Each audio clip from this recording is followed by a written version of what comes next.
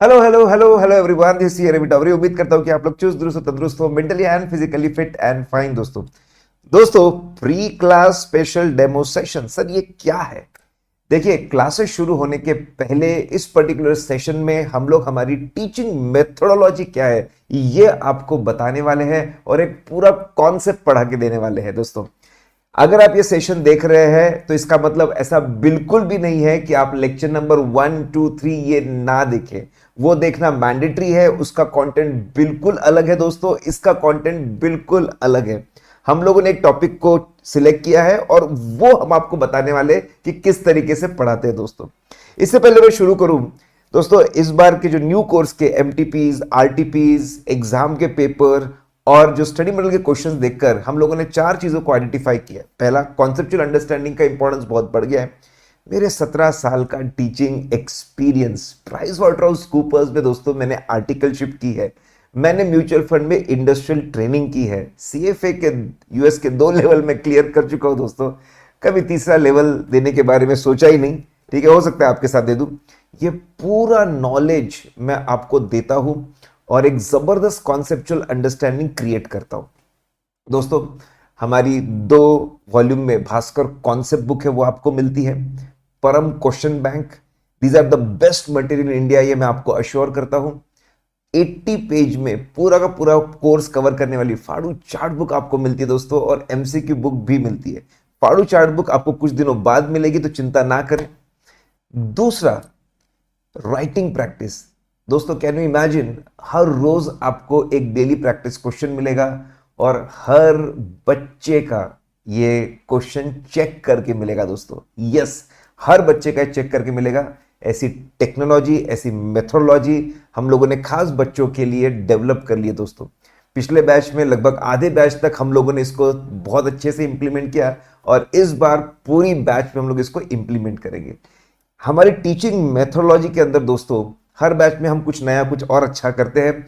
हम लोग, आप देखेंगे, writing oriented, handwritten notes oriented बहुत ज्यादा हमारी टीचिंग रहेगी दोस्तों। तीसरी बात करते हैं रिवीजन की। दोस्तों, 18 घंटे में पूरा ऑडिट हमने रिवाइज करवाया।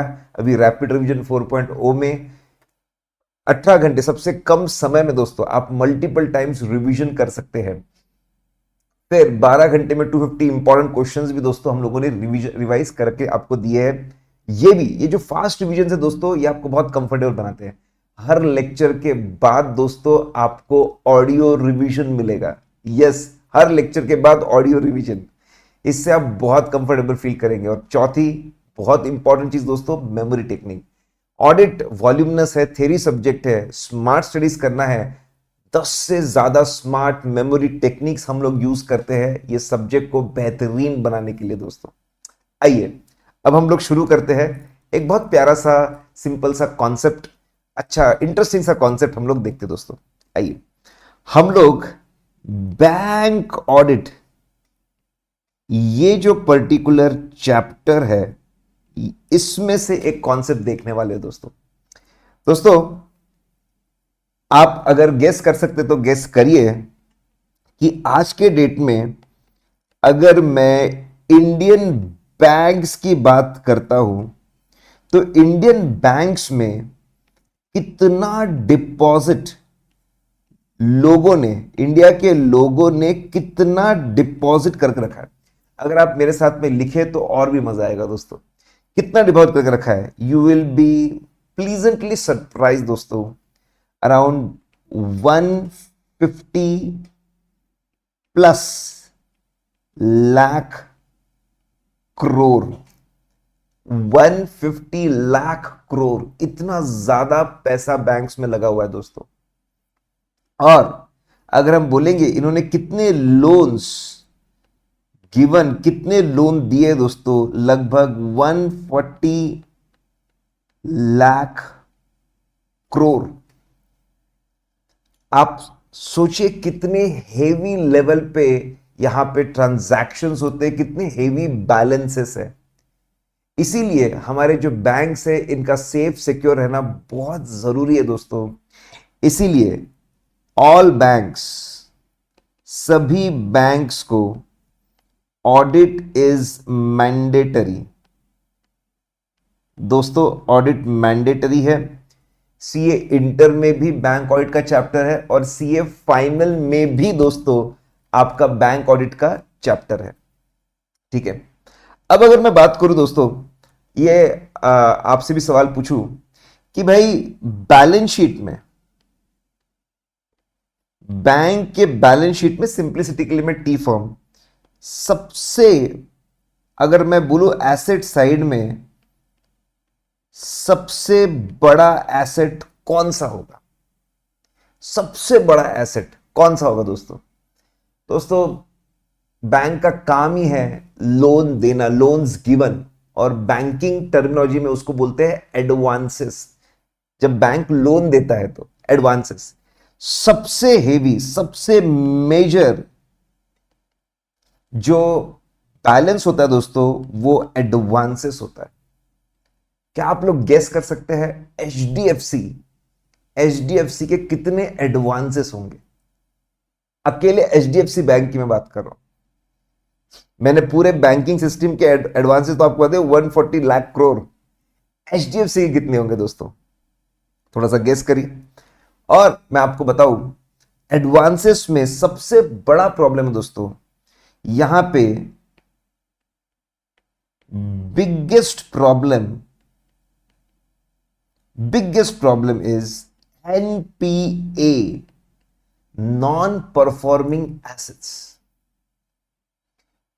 बैंक के लोग कोशिश करते हैं एनपीए छुपाने की, और ऑडिटर को जाकर देखना होता है कहीं एनपीए को छुपाया तो नहीं गया है, और ये एक लड़ाई चलती रहती है। तो बहुत ही सेंसिटिव मामला होता है एनपीए, नॉन परफॉर्मिंग एसेट। मोटा मोटी अगर मैं आपसे बात करूं दोस्तों, जब एडवांसेस के पैसे समय पे नहीं मिलते, रेगुलरली नहीं मिलते, तब पर्टिकुलर एडवांस को हम लोग एनपीए बोलते हैं। एक मोटा मोटी बात मैंने आपको बोली, ठीक है। आरबीआई ने दोस्तों, आरबीआई ने आयरैक नॉर्म्स जिसका फुल फॉर्म है income recognition and asset classification,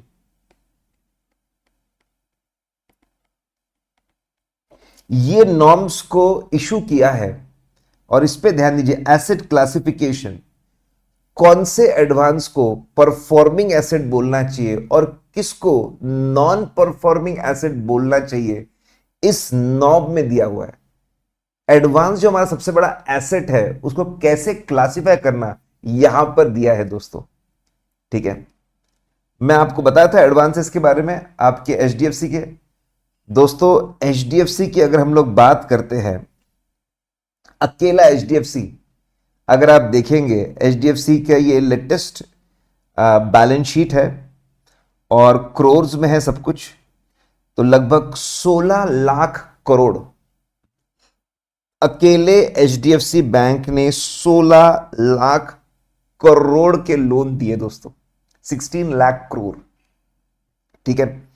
अगर इसका ब्रेकअप भी हम लोग देखें, अगर इसका ब्रेकअप देखेंगे दोस्तों, आइए ये काम आएगा अभी हमको। तो जो शॉर्ट टर्म बिल्स खरीद खरीद के फाइनेंसिंग करते हैं वो बहुत ही छोटा है। अब देखिए बहुत छोटा है कंपैरेटिवली। अगर बात करता हूं, थोड़ा सा टेन्योर बढ़ता है, सीसी, इसका सबका मतलब देखेंगे हम लोग दोस्तों, ठीक है, वो थोड़ा ज्यादा है। और टर्म लोन, जो लॉन्ग टर्म लोन होते हैं, वो सबसे ज्यादा है दोस्तों, सबसे ज्यादा, ठीक है। तो मुझे आपको एक ओवरव्यू देना था कि कितना बड़ा होता है एसेट, और मैंने आपको बताया भी कि सबसे बड़ा यही एसेट होता है दोस्तों। आइए देखिए, अगर हम बात करें बाकी सब एसेट कितने छोटे हैं, कितने छोटे हैं।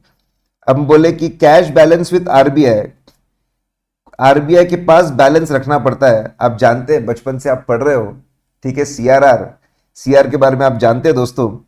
तो इट इज हार्डली एनीथिंग, ठीक है। 1,17,000 करोड़, 1,17,000 करोड़।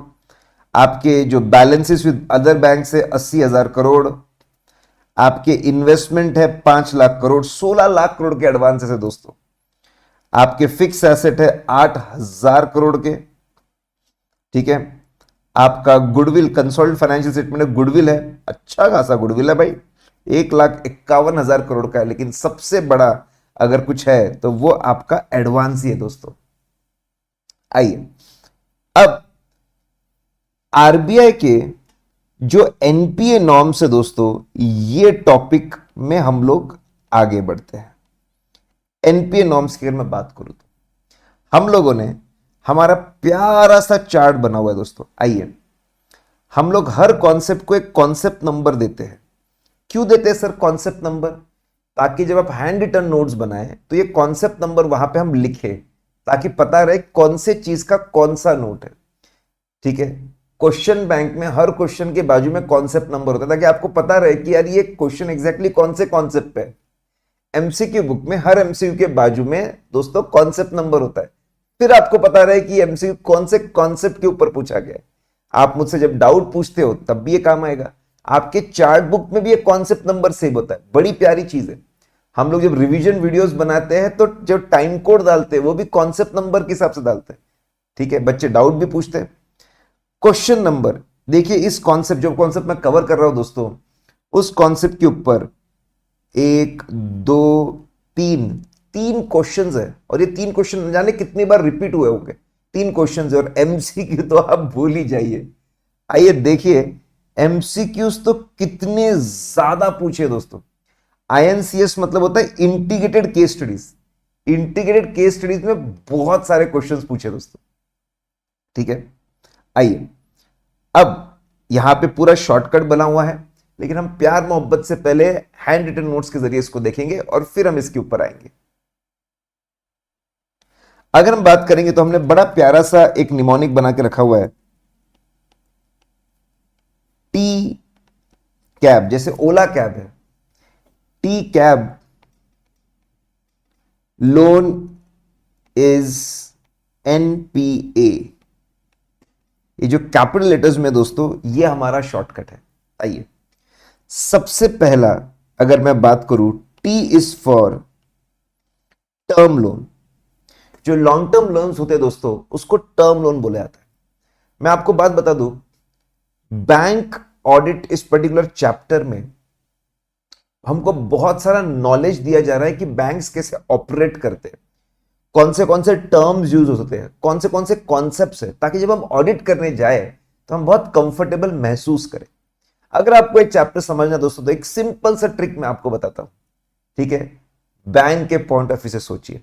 हाँ, जहां जहां ऑडिट प्रोसीजर है, ऑडिटर के पॉइंट ऑफ व्यू सोचेंगे, नहीं तो बाकी जगह आपको दोस्तों बैंक के पॉइंट ऑफ व्यू से सोचना पड़ेगा, ठीक है। आइए अगर मैं टर्म लोन की बात करता हूं, तो आरबीआई ने बहुत सिंपल सा, बहुत ही आसान सा कंडीशन रखा हुआ है। When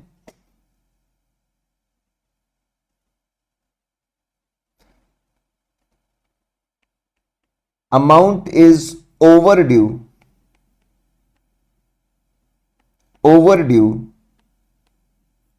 for more than 90 days, ठीक है, तो वो पर्टिकुलर टर्म लोन एनपीए हो जाएगा। देखिए बैंक के पॉइंट से सोचिए, बैंक ने टर्म लोन दिया, ठीक है, अब बैंक को हर महीने इंस्टॉलमेंट मिलना था, उसमें प्रिंसिपल और इंटरेस्ट जनरली दोनों होता है। अब अगर वो उस ड्यू डेट पे पैसा नहीं मिला तो दोस्तों वो अगले दिन से ओवरड्यू हो जाता है, और अगर ऐसा ओवरड्यू चलता रहा मोर देन 90 डेज, तो 91st डे पे वो एनपीए हो जाएगा। जैसे एनपीए होता है दोस्तों, बैंक को उसके ऊपर प्रोविजन बनाना पड़ता है, बैंक का पीएनएल हिट होता है और प्रोविजन बढ़ जाता है, करेक्ट। पीएनएल जैसे हिट होता है तो कोई भी बैंक मैनेजर घबरा जाता है, क्योंकि उस ब्रांच की प्रॉफिटेबिलिटी ड्रास्टिकली कम हो जाती है दोस्तों। इसलिए सब लोग एनपीए छुपाने की कोशिश करते हैं, ठीक है। आइए दोस्तों, तो इसी चीज को अगर मैं आपको बताऊं, तो अगर ये पर्टिकुलर ड्यू डेट है दोस्तों, तो नेक्स्ट डे से it will become over due. ये ओवर ड्यू हो जाएगा। और 90 डेज से जैसे ही ज्यादा हो जाएंगे, ठीक है, 91 डेज, उस दिन से दोस्तों ये एनपीए हो जाएगा और इसके ऊपर हमको प्रोविजन बनाना पड़ेगा। आपको एग्जाम में बहुत ही सिंपल इसके केसेस आ सकते हैं। So T is for term loan. Term loan कब एनपीए होता है वो हम लोगों ने देख लिया दोस्तों।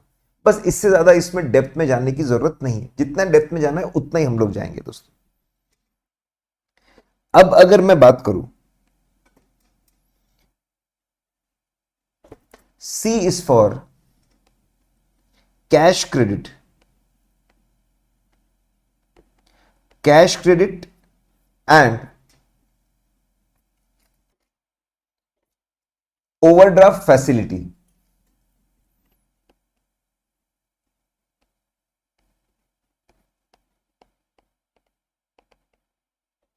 सर ये कैश क्रेडिट क्या होता है? जब आप सेपरेट अकाउंट ओपन करें तो उसको हम कैश क्रेडिट बोलते हैं, सेपरेट लोन अकाउंट। अगर आप सेम अकाउंट में कंटिन्यू करें तो उसको ओडी। सर लेकिन होता क्या है? देखिए दोस्तों, हमारे जो बिजनेसमैन होते हैं इनको डे टू डे ऑपरेशंस के लिए बहुत सारा पैसा लगता है। सैलरीज पे करना है, मटेरियल का पैसा पे करना है, इलेक्ट्रिसिटी के खर्चे हैं, बहुत सारे ऑपरेटिंग एक्सपेंस है, बहुत सारा पैसा खर्च करना पड़ता है। ठीक है, अब ये जब इनको शॉर्ट टर्म पैसों की रिक्वायरमेंट होती है तो वो बैंक के पास आते हैं और बोलते हैं भाई हमको पैसे की जरूरत पड़ती रहती है, तो हमारा बिजनेस देखकर आप हमारी एक लिमिट फिक्स कर दो। सपोज 1 करोड़ रुपए, कि भाई 1 करोड़ तक जब भी हमको पैसा लगेगा हम विड्रॉ करते रहेंगे, पेमेंट करते रहेंगे, और जब भी हमको पैसे मिलेंगे हमारे कस्टमर से हम रीपे भी कर देंगे। तो जितने समय के लिए पैसा यूज किया उसका आप इंटरेस्ट चार्ज करिए। बहुत अच्छी चीज है बिजनेसमैन के लिए, बड़ी प्यारी चीज है। उसको बोलते हैं कैश क्रेडिट। क्रेडिट का मतलब लोन होता है। जब एक separate short term loan account open किया जाता है एक लिमिट के साथ में, उसको हम कैश क्रेडिट बोलते हैं। एग्जिस्टिंग जो अकाउंट है उसी में अगर ये फैसिलिटी मिलती है कि पैसे खत्म होने के बाद आप और ड्रॉ कर लेना, उसको ओवरड्राफ्ट फैसिलिटी बोलते हैं। लेकिन दोस्तों इसमें एक चैलेंज है। टर्म लोन में तो क्या होता है, ड्यू डेट होता है। ठीक है, अब अगर ड्यू डेट है तो अगले दिन से ओवर ड्यू हो जाएगा और मोर देन 90 डेज हो जाएगा तो एनपीए बन जाएगा। लेकिन अगर मैं बात करूं आपके सीसी और ओडी में, इसमें कोई ड्यू डेट नहीं होता। तो अब क्या? तो यहां पे फॉर एनपीए आरबीआई ने एक कॉन्सेप्ट डेवलप किया, आउट ऑफ ऑर्डर। अगर सीसी और ओडी आउट ऑफ ऑर्डर हो जाए तो फिर उनको हम लोग एनपीए डिक्लेयर कर देंगे। अब आउट ऑफ ऑर्डर कब होगा? बहुत simple. If amount outstanding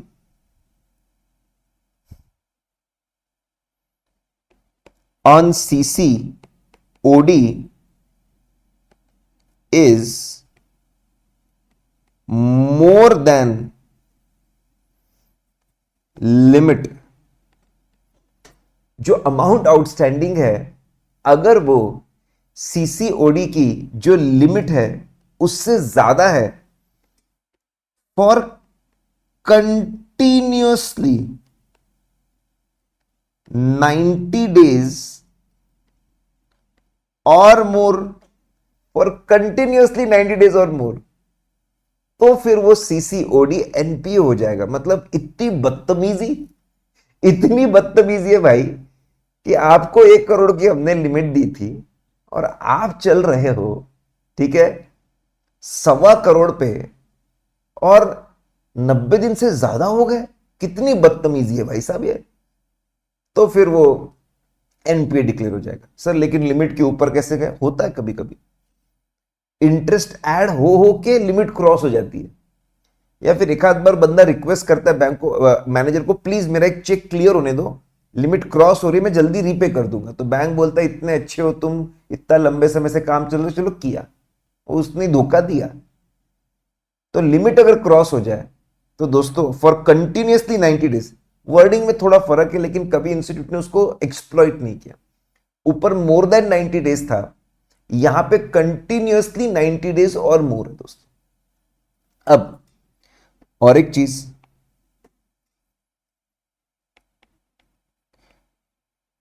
if amount outstanding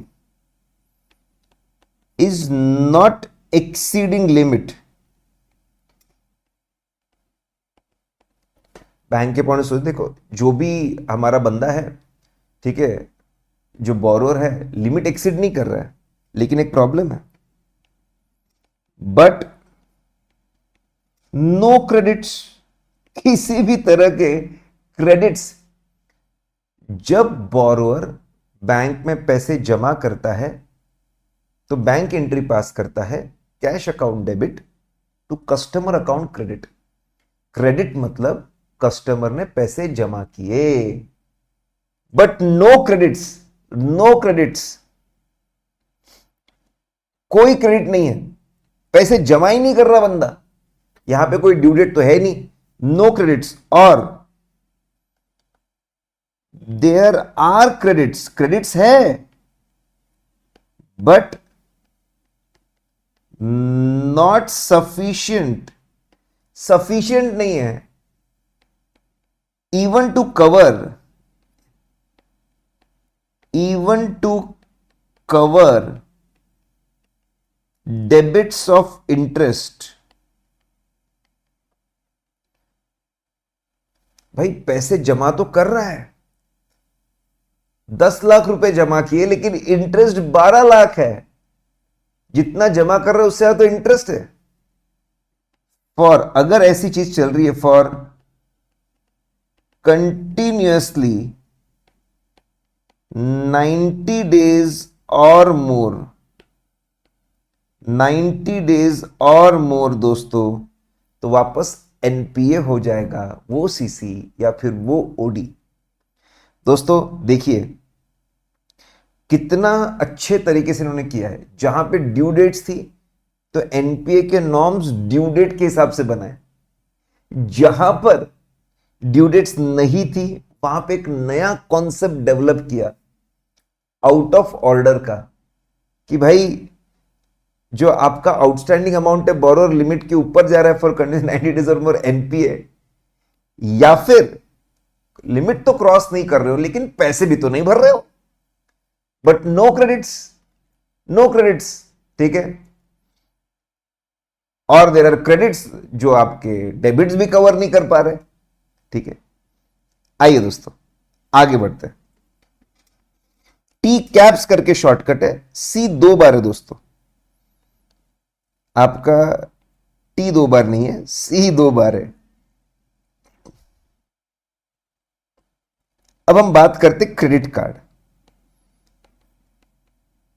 जब बैंक क्रेडिट कार्ड देता है और लोग क्रेडिट कार्ड यूज करते तो एक तरीके से बैंक वापस एक शॉर्ट टर्म लोन ही तो दे रहा है लोगों को। हाँ, इंडिविजुअल्स को लोन दे रहे हैं, ठीक है। कभी आपने क्रेडिट कार्ड का स्टेटमेंट देखा है दोस्तों? आइए मैं आपको बताता हूं।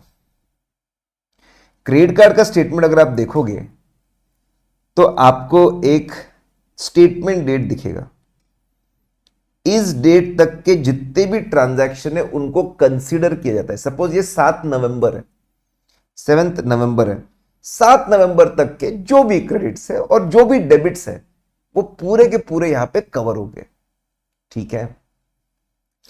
जो भी आपने पैसा, जो भी बोरो ने यूज किया होगा उसको बोलते हैं अमाउंट ड्यू। अब क्रेडिट कार्ड, ठीक है, क्रेडिट कार्ड पे आप ईएमआई लेते हो वो अलग बात है दोस्तों, मतलब हर मंथ आपके क्रेडिट कार्ड में कुछ अमाउंट चार्ज कर दिया जाएगा, लेकिन क्रेडिट कार्ड का खुद का कोई इंस्टॉलमेंट अमाउंट फिक्स नहीं होता कि हर महीने कितना पे करना पड़ेगा। बैंक्स फॉर्मूला लगाकर, अपनी पॉलिसी लगाकर हर स्टेटमेंट में मिनिमम अमाउंट ड्यू बताती है कि भाई कम से कम इतना तो भर ही दो। अगर आप पेनाल्टी से बचना चाहते हो तो भाई इतना आपने भर देना चाहिए। तो ये एक बहुत यूनिक चीज है, ये एक बहुत यूनिक चीज है आपकी मिनिमम अमाउंट ड्यू की, जो क्रेडिट कार्ड में आती है, और ये हमको बहुत काम आएगा। ठीक है, ड्यू डेट भी दिया जाता है, लेकिन आरबीआई ने उसको बाईपास कर दिया। आइए दोस्तों, क्या बोलता है आरबीआई, मैं आपको बताता हूं। आरबीआई बोलता है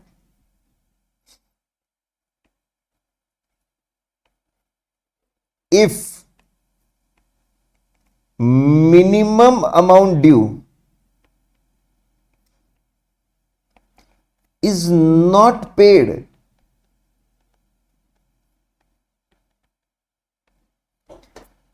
अगर जो minimum amount due is not paid within 90 days,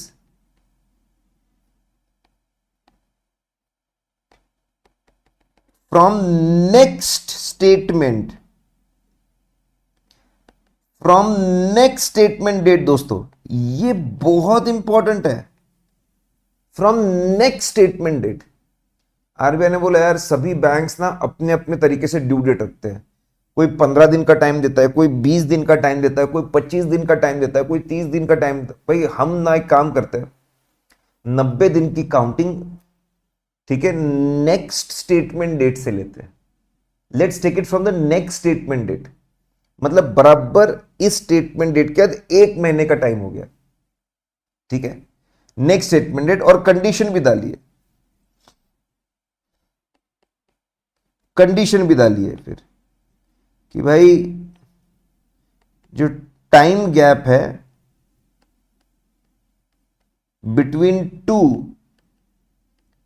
statements should not be, consistency के लिए should not be more than 1 month। तो दोस्तों बहुत सिंपल, बहुत आसान कि भाई बोरोअर मिनिमम अमाउंट ड्यू अगर तू पे नहीं करेगा, ठीक है, within 90 days from the next statement date, तो बेटा तेरा जो क्रेडिट कार्ड का जो अमाउंट है वो हम लोग एनपीए डिक्लेयर कर देंगे। ठीक है, I hope it is crystal clear आपके दिमाग। जो सबसे मुद्दे की बातें हैं जिस पे एग्जाम में क्वेश्चन आएगा दोस्तों, उसको बड़े प्यार से हम लोग करते जा रहे हैं। ठीक है, अब देखिए स्पेशल आपका डेमो सेशन है, मैं बहुत फास्ट भी नहीं जाना चाहता, मैं बहुत स्लो भी नहीं जाना चाहता। ठीक है, एक मीडियम स्पीड में मैं लेकर चल रहा हूं, लेकिन जनरली जब क्लास में एक बार आपकी और मेरी ट्यूनिंग सेट हो जाती है तो फिर हम लोग हमारी स्पीड को अपने आप इंक्रीज कर देते हैं दोस्तों। ठीक है, आइए अब अगर मैं बात करूं,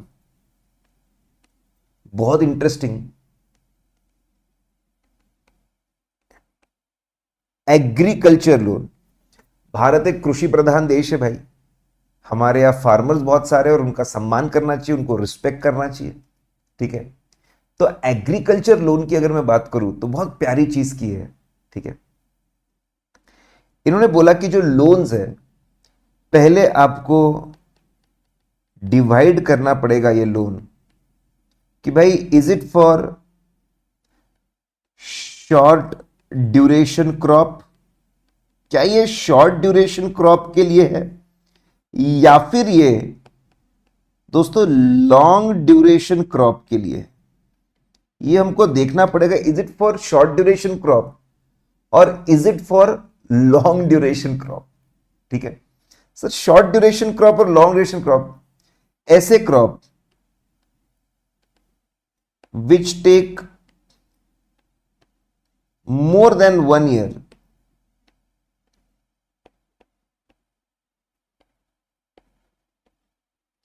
टू गेट रेडी, मतलब 1 साल इनको सो करने के बाद में 1 साल से ज्यादा लगता है रेडी होने में, जैसे शुगर के लिए दोस्तों। तो भाई अच्छा, तो फिर बोलेंगे loan given for long duration crop.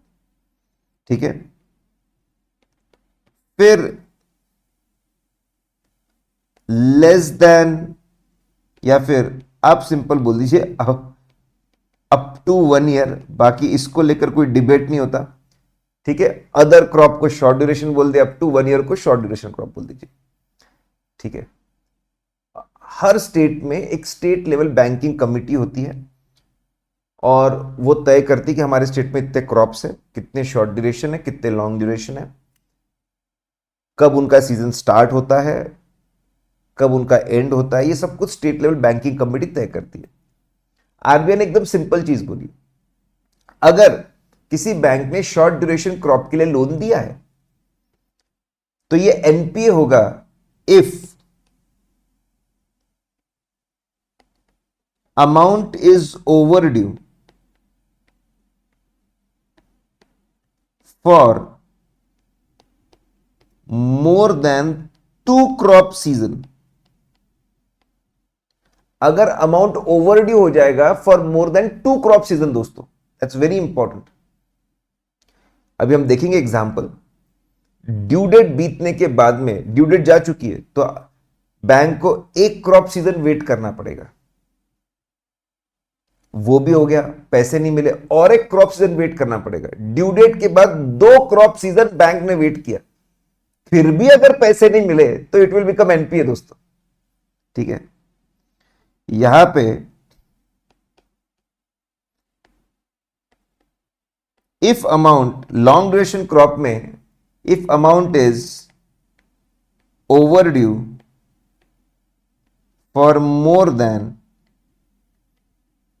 1 crop season, दोस्तों if amount is due more than 1 crop season, long duration crop में ऐसे ही बहुत समय लगता है, तो ड्यू डेट के बाद में सिर्फ 1 क्रॉप सीजन के लिए वेट करना है।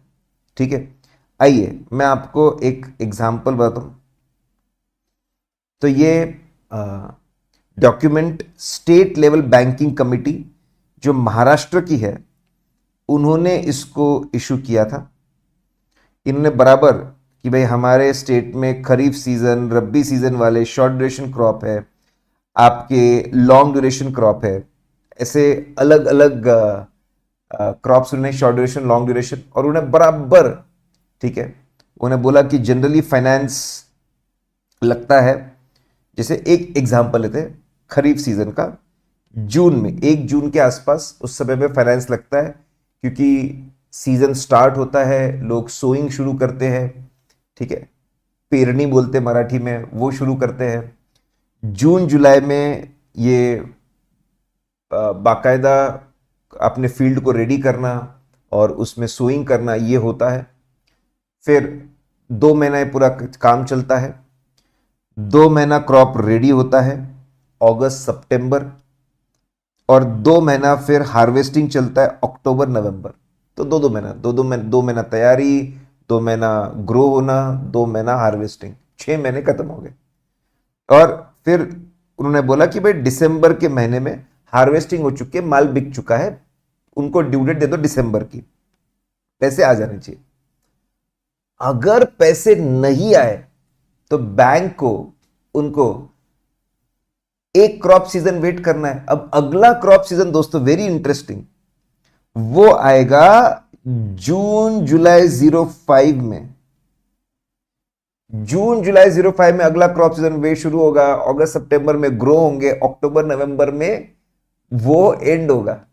तो पूरा 1 क्रॉप सीजन आपको वेट करना है, फिर भी पैसे नहीं मिले तो सेकंड क्रॉप सीजन दोस्तों, सेकंड क्रॉप सीजन आपका जून जुलाई 06 अक्टूबर 06 दोस्तों, यहां पे आपको फिर, ठीक है, वेट करना पड़ेगा सेकेंड क्रॉप सीजन, तब भी पैसे नहीं मिले तो इस पर्टिकुलर डेट पे 31 दिसंबर को एनपीए वो डिक्लेयर होगा। आप देखिए, लोन दिया था 1 जून 2004, पहले का डॉक्यूमेंट है, कोई फर्क नहीं पड़ता, आज भी ऐसे डॉक्यूमेंट चलता है।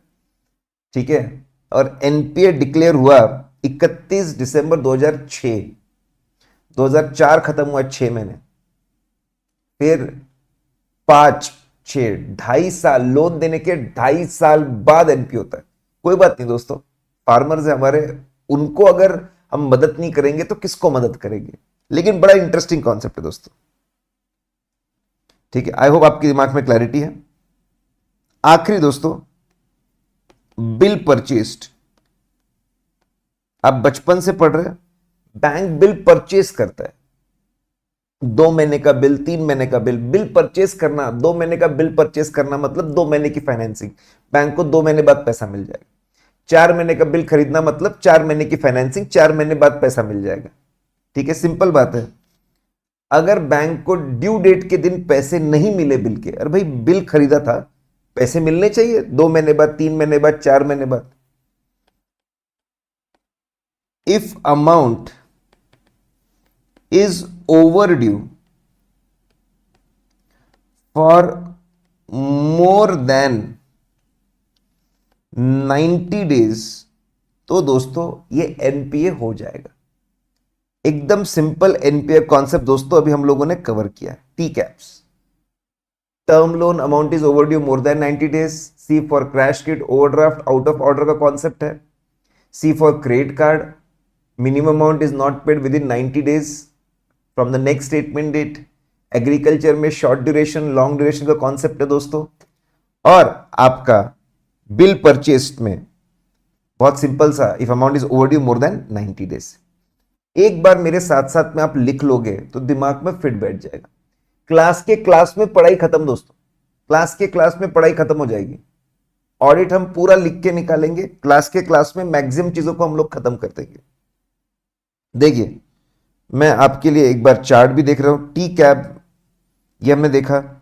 Term loan amount is overdue more than 90 days. CCOD में आउट ऑफ ऑर्डर का कॉन्सेप्ट है दोस्तों। अगर अमाउंट आउटस्टैंडिंग लिमिट से ज्यादा है 90 डेज और मोर, ठीक है, या फिर विद इन लिमिट था अमाउंट लेकिन कोई पैसे ही जमा नहीं कर रहे, या फिर वो सफिशिएंट नहीं है इंटरेस्ट का डेबिट भी कवर करने के लिए, कंटिन्यूअसली 90 डेज और मोर, तो वो भी एनपी हो जाएगा दोस्तों। क्रेडिट कार्ड में if amount due is not paid within 90 days from next statement date,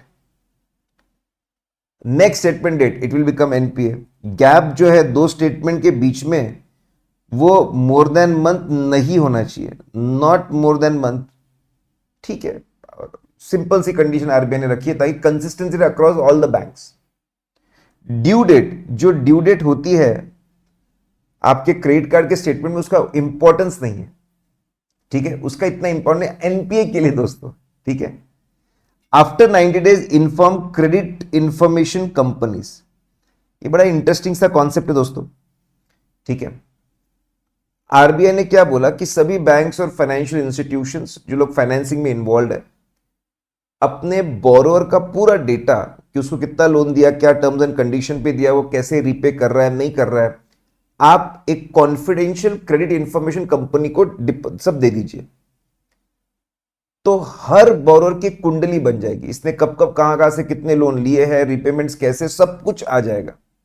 उसको क्रेडिट इंफॉर्मेशन कंपनी बोलते हैं। ठीक है, तो बोले अगर 90 दिन हो जाए 90 डेज, तो आप वहां पे बता दीजिए कि भाई यहां पे ऐसा ऐसा प्रॉब्लम है। ठीक है, you should inform them on priority, ताकि बाकी सब बैंक्स, फाइनेंशियल इंस्टीट्यूशन अलर्ट हो जाए। कोई और उसको लोन अगर देने वाला है तो वो थोड़ा केयरफुल हो जाए। यही से सिबिल स्कोर भी मिलता है दोस्तों। ठीक है, और उसके बाद में पेनाल्टी वगैरह सब कुछ चार्ज करना शुरू कर दे। अगर मैं बात करता हूं एग्रीकल्चर एडवांस की, लॉन्ग ड्यूरेशन क्रॉप में लॉन्गर देन 1 ईयर, ठीक है, एक क्रॉप सीजन के लिए वेट करना पड़ता है। बाकी शॉर्ट ड्यूरेशन क्रॉप में आपको 2 क्रॉप सीजन के लिए वेट करना पड़ता है दोस्तों। स्टेट लेवल बैंकिंग कमिटी होती है ये सब करने के लिए, बताने के लिए। और बिल परचेज और डिस्काउंटेड की बात करूं, वापस ओवरड्यू मोर देन 90 डेज। दोस्तों इसका टेक्स्ट भी बिल्कुल सेम लाइंस पे है। जहां पे टेक्स्ट अलग होता है, कुछ नई बात होती है या फिर कुछ डिफिकल्ट लैंग्वेज होती है, हम पूरा टेक्स्ट पढ़ते हैं। जैसे यहां पर भी जितने भी आपके इंपॉर्टेंट वर्ड्स है दोस्तों, वो हम लोगों ने हाईलाइट करके रखे हुए, पूरे बोल्ड करके रखे हुए। यहां पे भी चीजें बहुत सिंपल है, स्ट्रेट फॉरवर्ड है, हमको पढ़ने की जरूरत नहीं दोस्तों।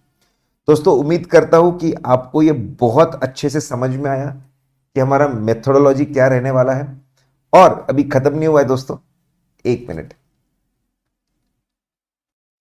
आइए दोस्तों देखिए, जैसे हमारे क्वेश्चन है, यहां पे एक क्वेश्चन देखते हैं हम लोग, BA.07.50 था। तो हम हमारे क्वेश्चन बैंक पे जाएंगे, वहां पे देखेंगे, देखिए बराबर यहां पे BA.7.50 क्वेश्चन है, वहां पे लिखा है BA.240। अगर मैच करेंगे BA.240, इसका मतलब कॉन्सेप्ट नंबर के बाजू में क्वेश्चन नंबर होता है और आपके क्वेश्चन नंबर के बाजू में कॉन्सेप्ट नंबर। दोस्तों एमसीक्यू में भी ऐसा ही होता है दोस्तों, ताकि एब्सोल्यूट क्लैरिटी रहे, आपके दिमाग में कोई टेंशन ना रहे। देखिए ये ओल्ड कोर्स में May 21 एग्जाम में आता है, एम मतलब आपका May 21 एग्जाम, और न्यू कोर्स में स्टडी मटेरियल 23 में रिपीट हुआ। हर क्वेश्चन की कुंडली होती है, कब कब कहां कहां कैसे कैसे ट्रैवल किया, सब दिया होता है दोस्तों। यूनिक क्वेश्चन बैंक, मैं आपको बातों की पूरे इंडिया में इतना डिटेल में हर क्वेश्चन की कुंडली आपको कहीं नहीं मिलेगी। आइए, an limit has been sanction credit facility 1 crore, 1 crore की, एंड ड्रॉइंग सैंक्शन लिमिट। दोस्तों इसके हम आगे पढ़ने वाले होते हैं, अभी मैं आपको नहीं बता रहा हूं। जब इनिशियली फाइनेंशियल हेल्थ को देखकर जो लिमिट सेट होती है उसको बोलते हैं सैंक्शन लिमिट। फिर हर महीने बिजनेस का वर्किंग कैपिटल का स्टेटस क्या है, स्टॉक और डेटर का, उसके हिसाब से जो लिमिट निकलती है हर महीने या हर क्वार्टर में, ठीक है, डिपेंड करता है। लोन बड़ा है तो हर महीने होगा, छोटा है तो क्वार्टरली होता है, तो उसको बोलते हैं ड्रॉइंग पावर। मैं भी आपको बोलता सीसी में लिमिट होती है, 2 तरह की लिमिट्स होती है, आगे ये कॉन्सेप्ट पढ़ा जाता है, सैंक्शन लिमिट और ड्रॉइंग लिमिट। दोनों में से कोई भी लिमिट क्रॉस नहीं हो सकती। सैंक्शन लिमिट 1 करोड़ की है और 80 lakhs आपकी ड्रॉइंग लिमिट है। दोनों में से एक भी क्रॉस नहीं कर सकते, मतलब 80 लाख ही अल्टीमेट लिमिट है, वो आप क्रॉस नहीं कर सकते, ठीक है। यू कैनॉट क्रॉस 80 lakhs और 1 crore. Outstanding balance is 75 lakhs, with in limit है, अभी हम लोगों ने पढ़ा था विद इन लिमिट है। अगर लिमिट क्रॉस कर लेता है कंटिन्यूसली 90 डेज के लिए तो एनपी बन जाएगा। इंटरेस्ट जो चार्ज है वो है 3.5 lakhs, और जो क्रेडिट बोरोअर ने जो पैसे जमा किए होंगे बैंक के अकाउंट, लोन अकाउंट में, वो 2.5। एज अ ऑडिटर आप कैसे रिपोर्ट करोगे इसको, ठीक है। ये स्ट्रेट अवे एनपीए आपको बताना पड़ेगा। आरबीआई के आपको देखिए अपना आंसर सुपेयर होना चाहिए, इंस्टीट्यूट ने भले ही कम लिखा हो। आरबीआई के IRAC norm, income recognition asset classification के नॉर्म्स लगते हैं, आपको बताना पड़ेगा। सीसी एंड ओडी का पूरा आउट ऑफ ऑर्डर कब एनपी होता है वो आपको बताना पड़ेगा। आपको केस का डिस्कशन करना पड़ेगा और फिर आपको फाइनली कंक्लूजन देना पड़ेगा कि ये पर्टिकुलर केस में भाई साहब इंटरेस्ट का डेबिट था 3.5 लाख और क्रेडिट है 2.5 lakhs ओनली, ठीक है, 2.5 lakhs, तो ये आपका एनपीए हो जाएगा क्योंकि कम है, ठीक है। तो guys this is going to be our teaching methodology, ये हमारा टीचिंग मेथोडोलॉजी रहने वाला है। And let me assure you guys, whether it is examples और मेमोरी टेक्निक्स और रिविजन्स और DPQs, daily practice question check करके मिलेगा। 12 से 15 टेस्ट लेंगे हम लोग इस पर्टिकुलर बैच में, ये सारी फैसिलिटीज आपको मिलेगी। I promise it will be a memorable batch, ठीक है। चलिए दोस्तों, क्लास में हम लोग मिलते हैं 30 मई को, पहले दिन क्लास में मिलते हैं। बहुत सारी अलग और नई बातें वहां पे होने वाली है। Bye bye everyone.